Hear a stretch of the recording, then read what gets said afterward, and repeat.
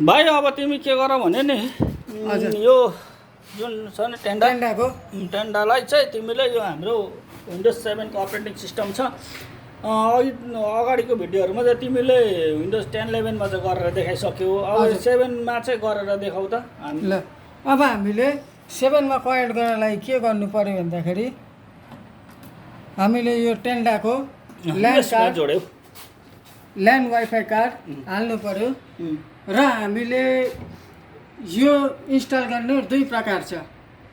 एक प्रकार भनेको चाहिँ के हो भन्दाखेरि यो टेन्डाको अफिसियल सफ्टवेयर डाउनलोड गरेर हामीले त्यो सफ्टवेयर इन्स्टल गरेर चलाउन सक्छौं र अर्को तरिका चाहिँ के हुँदै रहेछ भन्दाखेरि 802.11r LAN भन्ने ड्राइभर हुँदै रहेछ।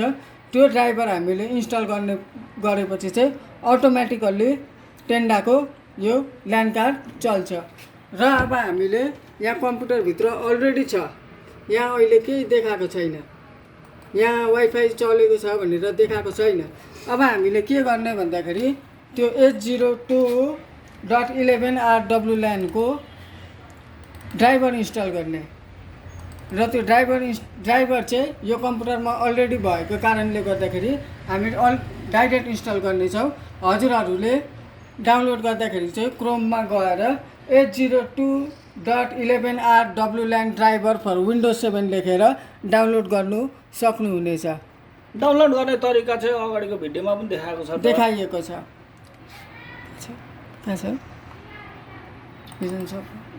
अब यहाँनिर हामीले ड्राइभर अब हामीले यहाँनिर 802.11r LAN को ड्राइभर इन्स्टल गर्दैछौँ र यो इन्स्टल हुँदैछ। अहिले windows 7 मा इन्स्टल हुँदैछ।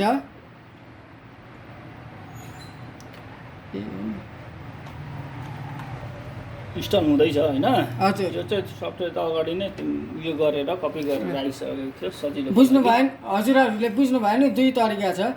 एउटा चाहिँ टेन्डाको अफिसियल सफ्टवेयरले पनि हामी इन्स्टल गर्न सक्छौँ र त्यो भन्दा पनि सर्टकट मेथड चाहिँ के हो भन्दाखेरि 802.11r LAN ड्राइभर इन्स्टल गरेर यो टेन्डाको LAN कार्ड हाल्ने बित्तिकै डाइरेक्ट चल्नेछ र यो अहिले कम्प्युटरमा के देखाउँदैछ भन्दाखेरि त्यो 802.11 LAN को ड्राइभर इन्स्टल हुँदैछ। एकछिन समय लाग्नेछ, पर्खिदिनु होला।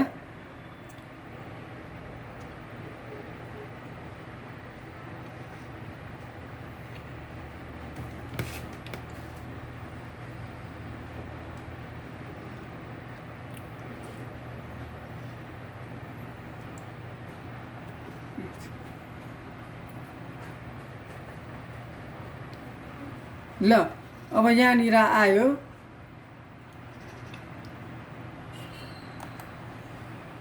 अब हामीले 802.11 LAN इन्स्टल गर्दैछ। अब यहाँ इन्स्टल हुँदैछ।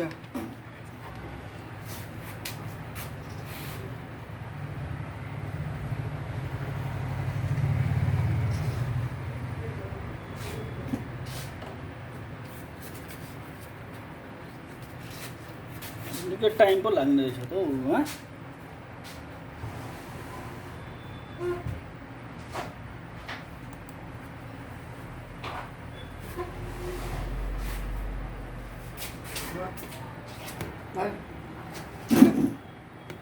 ल साथीहरु, हामीले 802.11 LAN को ड्राइभर इन्स्टल भइसक्यो।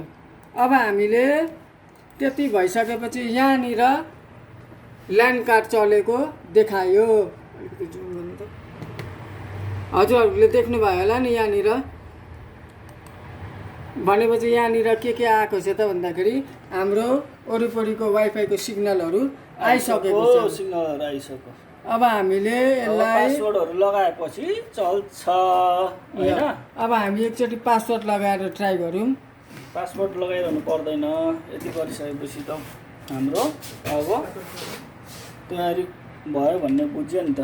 नभए लगाएर चलाउँछ भने लगाएर चलाउनु। मैले पासवर्ड हाले र यो पासवर्ड हामीले ओके गरेपछि कनेक्ट हुन्छ कि हुँदैन एकचोटि हेरौँ। ल साथी हो, कनेक्ट भएछ। अब हामी एकचोटि गुगल क्रोम खोलेर ट्राई गरौँ चल्छ कि चल्दैन भनेर।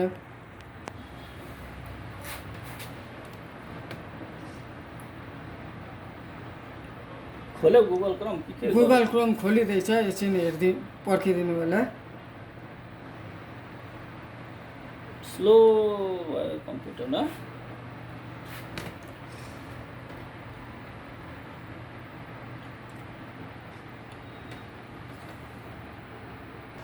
ल साथी हो, यहाँनिर हाम्रो गुगल क्रोम खोलिएको छ। अब हाम्रो वाइफाई लाइन कार्ड चल्छ कि चल्दैन भनेर हामी टेस्ट गर्न लागि युट्युब खोल्नेछौँ। ल एकछिन टाइम लाग्नेछ।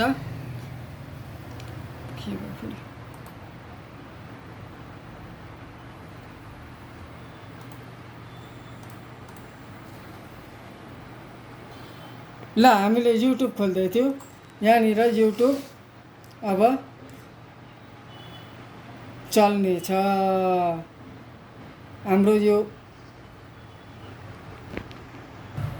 ल साथी हो, हाम्रो ल्यान कार्डले गर्दाखेरि युट्युब पनि चल्न थाल्यो। अब युट्युबमा हामीले एउटा सर्च गरौँ होइन, यहाँनिर सर्च गर्नु भनेको छ। अब जस्तै हामी एउटा पपुलर युट्युबरको च्यानल सर्च गरौँ है त, मिस्टर मिस्टर बिस्ट इन्टर थिचिदिउँ। मिस्टर बिस्ट थिचेपछि मिस्टर बिस्टको च्यानल आयो र यहाँनिर हामीले भिडियोमा क्लिक गर्दाखेरि हाम्रो मिस्टर बिस्टको चल्न थाल्यो। ल साथीहरू, हजुरहरूले आज बुझ्नुभयो होला नि हाम्रो ल्यान कार्ड कसरी इन्स्टल गर्ने भनेर। ल धेरै धेरै धन्यवाद साथीहरूलाई।